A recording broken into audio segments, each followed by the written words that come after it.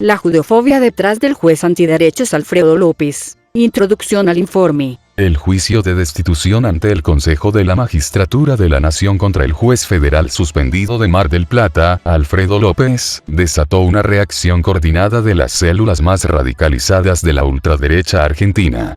La irrupción violenta liderada por el exconcejal peronista Raúl Padró en los tribunales federales de Buenos Aires, desnudó la reactivación de un circuito doctrinario judeófobo que une al panfletarismo porteño, al activismo costero de Carlos Pampillón y a terminales institucionales de amparo estatal. Para camuflar esta alianza y justificar el boicot al procedimiento legal, estos sectores apelan de manera sistemática a los manuales de la posverdad. La distorsión deliberada de la realidad material a través de narrativas virtuales diseñadas para apelar al prejuicio de sus militantes. La principal farsa discursiva consiste en viralizar los vídeos del escrache institucional, presentándolos de forma mentirosa como una acción legítima contra el sionismo y una supuesta defensa de los derechos del pueblo palestino.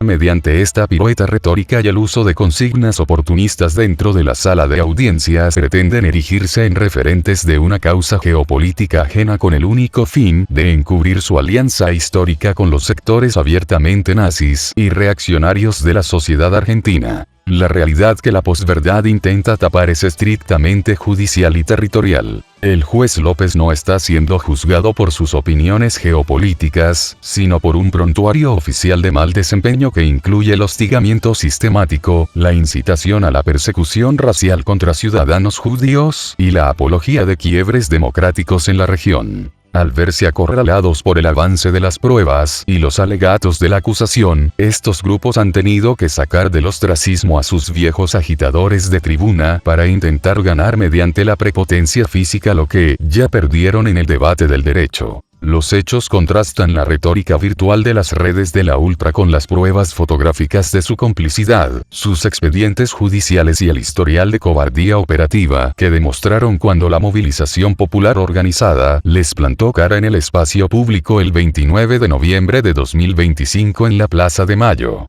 Marco conceptual. Judefobia y la trampa retórica del antisionismo nazi. El uso del término judeofobia es metodológicamente indispensable para neutralizar la coartada semántica de los grupos de ultraderecha modernos. Militantes del revisionismo radical y el neonazismo apelan con descaro a una falacia lingüística. Argumentan que no pueden ser antisemitas porque ellos no odian a los palestinos, quienes también son semitas. No solamente eso. Hay gente que se dice de izquierda que te cita cosas como el Plan Andinia o los protocolos de los sabios de Sion, como si fueran lo irrefutable.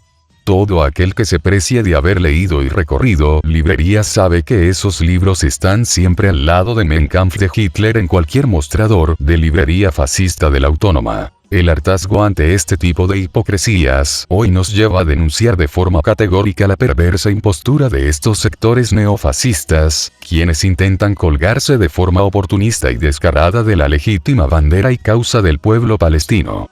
No lo hacen por solidaridad humanitaria ni por defensa de los derechos humanos, lo utilizan exclusivamente como una pantalla discursiva y una cortina de humo geopolítica para encubrir lo que en la práctica es un odio liso, llano y sistemático hacia la comunidad, las instituciones y los ciudadanos judíos. La movilización popular y los defensores auténticos de los derechos humanos han desenmascarado históricamente este asqueroso camuflaje en las calles. El conceptuado término de judeofobia anula esta distracción retórica de la ultra, enfocando la problemática en su verdadera naturaleza. La hostilidad, el prejuicio biológico o religioso y el desprecio dirigido específicamente contra el pueblo judío. El escándalo protagonizado por Raúl Padró en el Consejo de la Magistratura de la Nación desnudó que el juez Alfredo López opera como la terminal institucional de una red de contención recíproca integrada por actores del neofascismo criminal.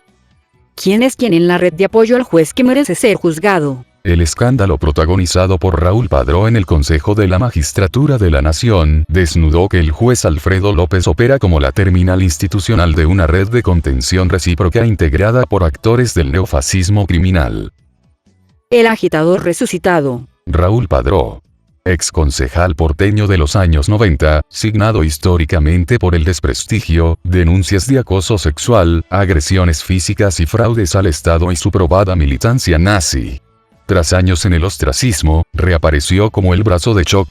El agitador resucitado. Raúl Padró, ex concejal porteño de los años 90, signado históricamente por el desprestigio, denuncias de acoso sexual, agresiones físicas y fraudes al Estado y su probada militancia nazi. Tras años en el ostracismo, reapareció como el brazo de choque encargado de ejecutar la agresión verbal en las audiencias federales. El bruto de choque local. Carlos Pampillón, líder del Foro Nacional Patriótico en Mar del Plata.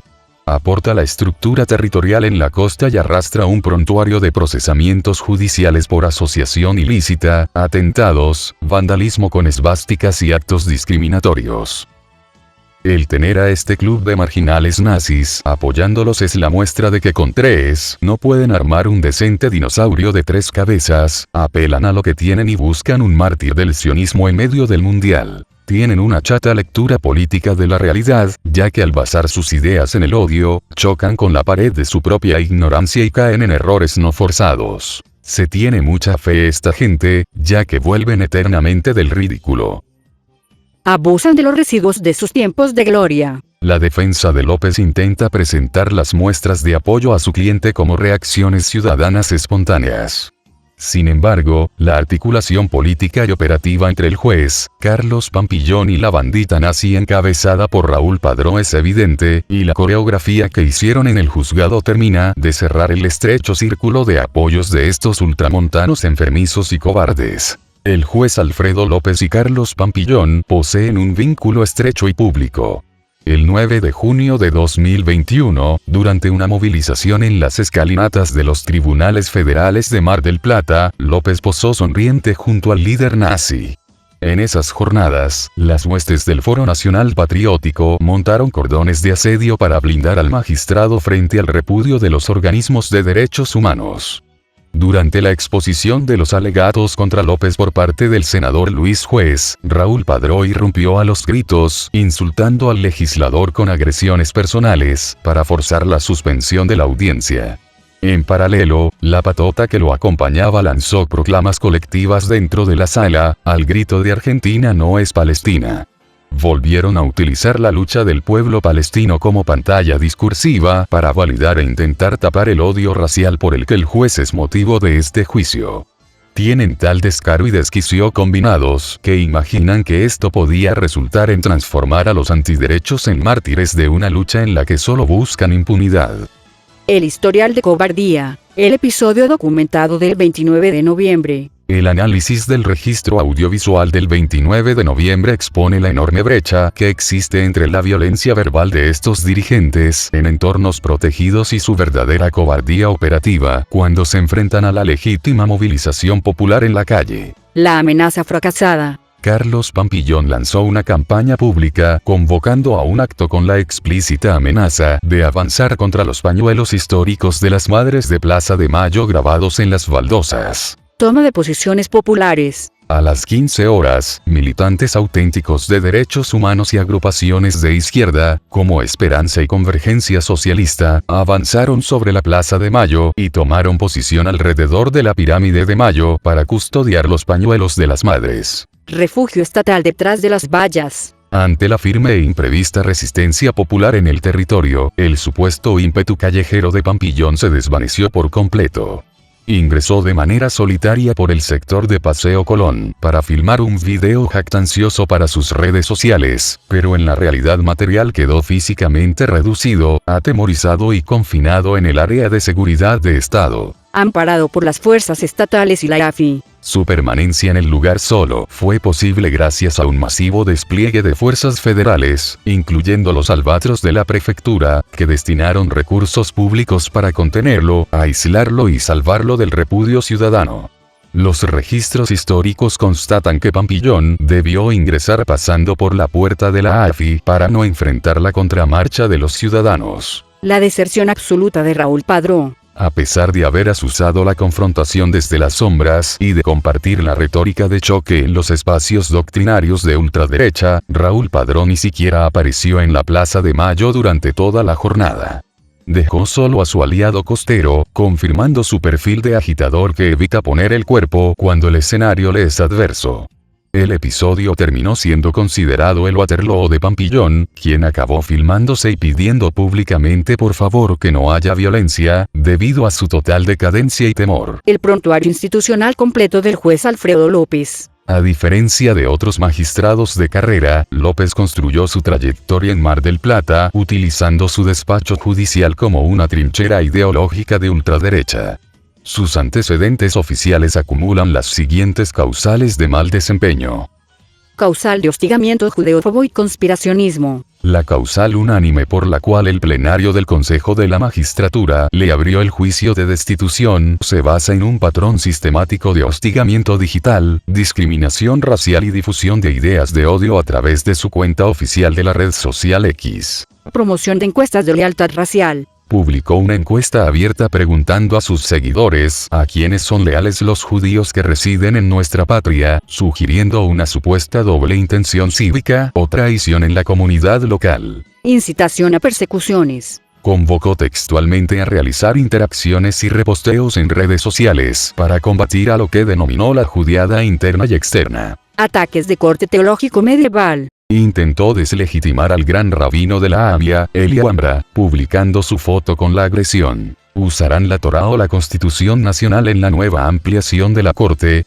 Asimismo, resucitó el viejo mito conspirativo del deicidio, culpabilizar colectivamente a los judíos por la muerte de Cristo, ignorando la anulación formal de esa doctrina por parte de la Iglesia Católica en 1965. Deshumanización y negación de ciudadanía. Dirigió insultos deshumanizantes como rata o raza de víboras contra usuarios con simbología israelí, exigiéndoles en reiterados posteos que se fueran a su país o a Israel porque, según sus escritos, la Argentina es culturalmente cristiana. Comentarios homofóbicos. Su legajo de discriminación incluyó agresiones explícitas contra las diversidades, llamando públicamente a limpiar toda esta basura bergoliana pro-gay y sosteniendo que el lobby gay va por nuestros hijos y nietos.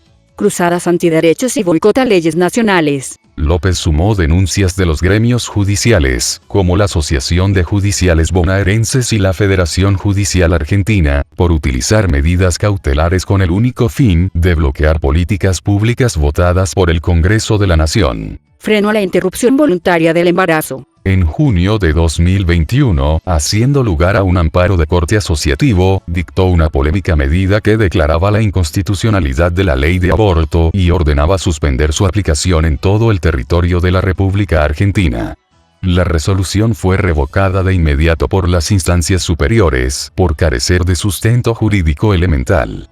Apología del quiebre institucional internacional. Su conducta como magistrado federal rozó el delito de sedición, al convalidar ataques contra la democracia en la región. Apoyo al intento de golpe en Brasil. El 8 de enero de 2023, mientras huestes de la ultraderecha brasileña asaltaban los tres poderes del Estado en Brasilia, el juez López celebró el ataque en sus redes sociales de forma oficial, publicando: levantamiento popular contra el comunista y ladrón de Lula.